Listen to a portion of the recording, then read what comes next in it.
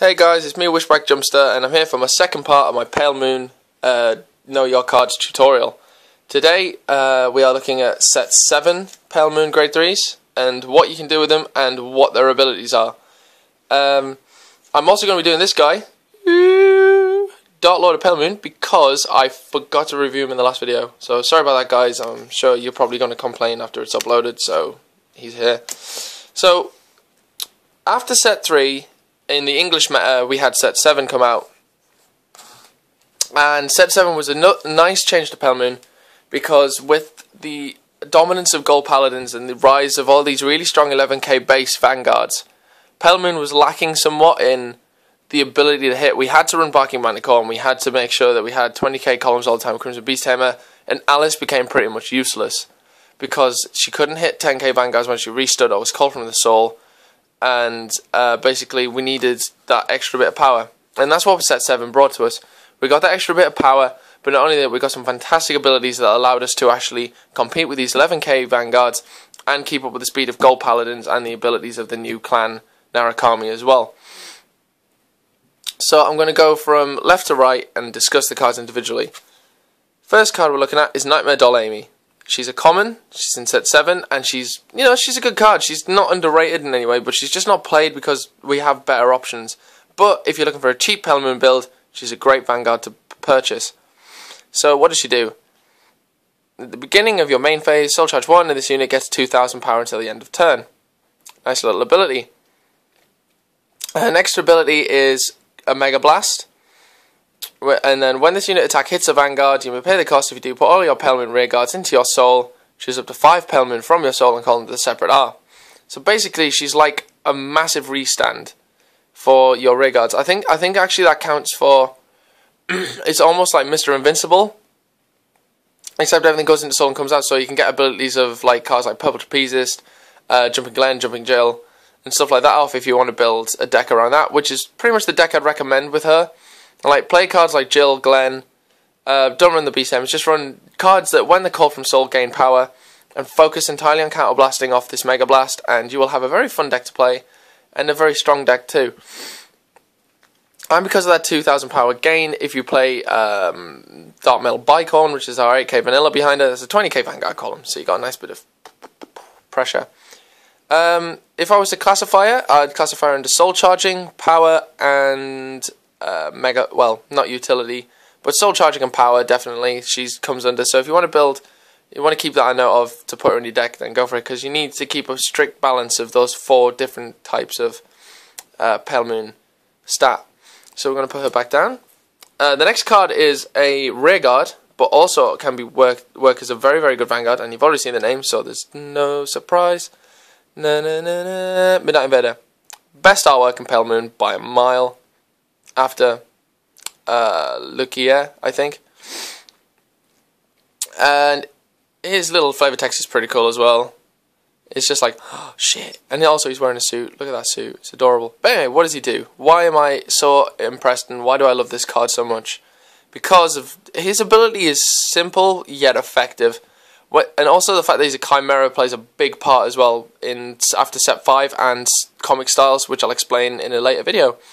When this unit attack hits a Vanguard, if you have a when this unit attacks a Vanguard, if you have a Pale Moon Vanguard, this unit gets plus 2000 power until the end of that battle. Yes.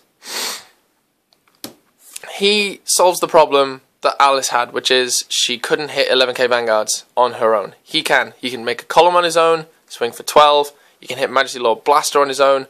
Unfortunately, he can't deal with the issue that is the cross rides, but we aren't at that bridge yet, so thank God. Well, set 5 comes out in a month, so yeah, that's going to be a problem. Sorry, that was a yawn. Okay, so he definitely classifies himself under the power stat for Pale Moon, which is good, because we want power. If you build a deck around power, he's a must-have at 4.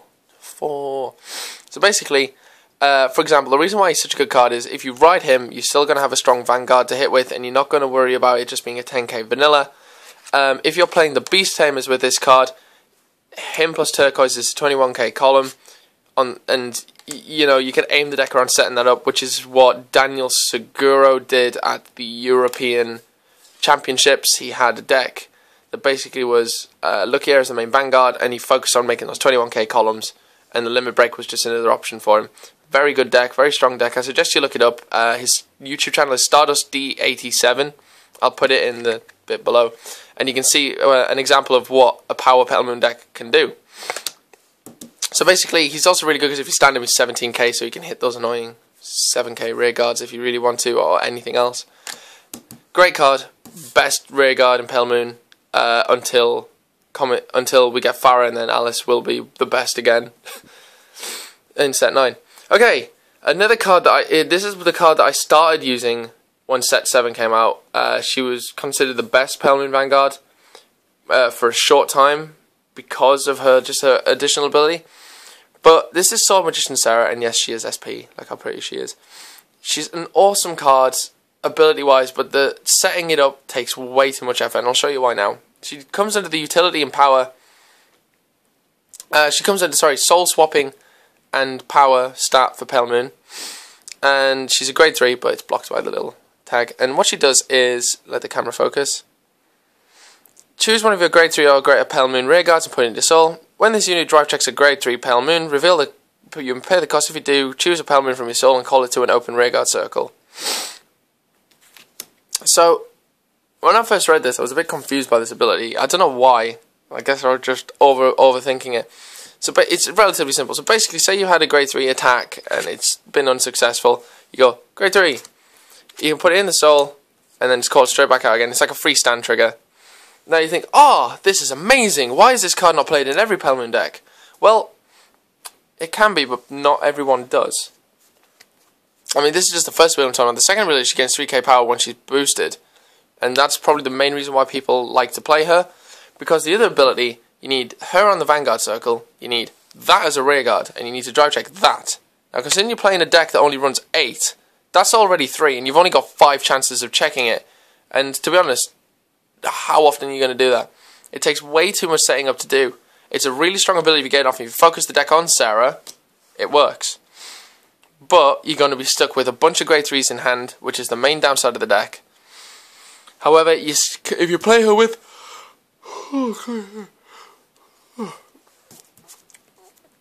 If you play her with the Beast Tamers, you know, 21k column, 22k column, 21k column, beatdown deck, pure power deck. If you drive check that grade 3, then that's just a bonus and the deck becomes a beast. Again, Sarah, very, very fun card to play with, very fun to use. If I was to recommend you play her, I recommend you play her in a deck using this guy and this, and then of course have this is your rear guard, and then that way you can set up things in soul for late game and you don't have anything to worry about. Go away, barking man, Nicole. Nobody likes you. Well, I do. Right, the last card, and by far the best card from set 7 for us, was this girl. Look how pretty she is. Observe her awesomeness. Observe the shininess. And now, listen to her ability. She's our limit break. Unfortunately, she's a 10k base, but there's a reason for that, and that's because she's probably the most powerful card in Petal Moon right now. I play a deck with her, and that's going to be the one from a deck profile. And after Comic Stars in set 5, the whole deck will change completely around a fun, awesome ability that I've thought of, so that'll be quite cool.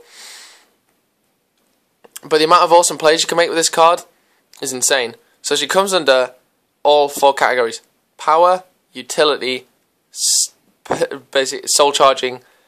Well, no, not soul. Well, yeah, power, utility, and soul swapping. She comes under 3 categories, which already makes it awesome. And her axe ability and her limit break is this: limit break 4. Choose up to 1 grade 0, grade 1, grade 2, grade 3 Petal Moon from your soul and call them to separate rearguard circles. Yeah. Tied in with her second ability, when 4 or more Petal Moon, when one of your Petal Moon is placed on the R from your soul, this unit gets plus 3,000 power until the end of the turn. You mad? Anyway. And for a Counterblast 3, that's not bad. And the move's called Silver Whip Liberation if you're interested, if you're a nerdy person like me and knows that. So yeah, this is an awesome card. The amount of combos, plays, and stuff you can do with this card is freaking awesome. Have a Crimson Beast Tamer in the soul.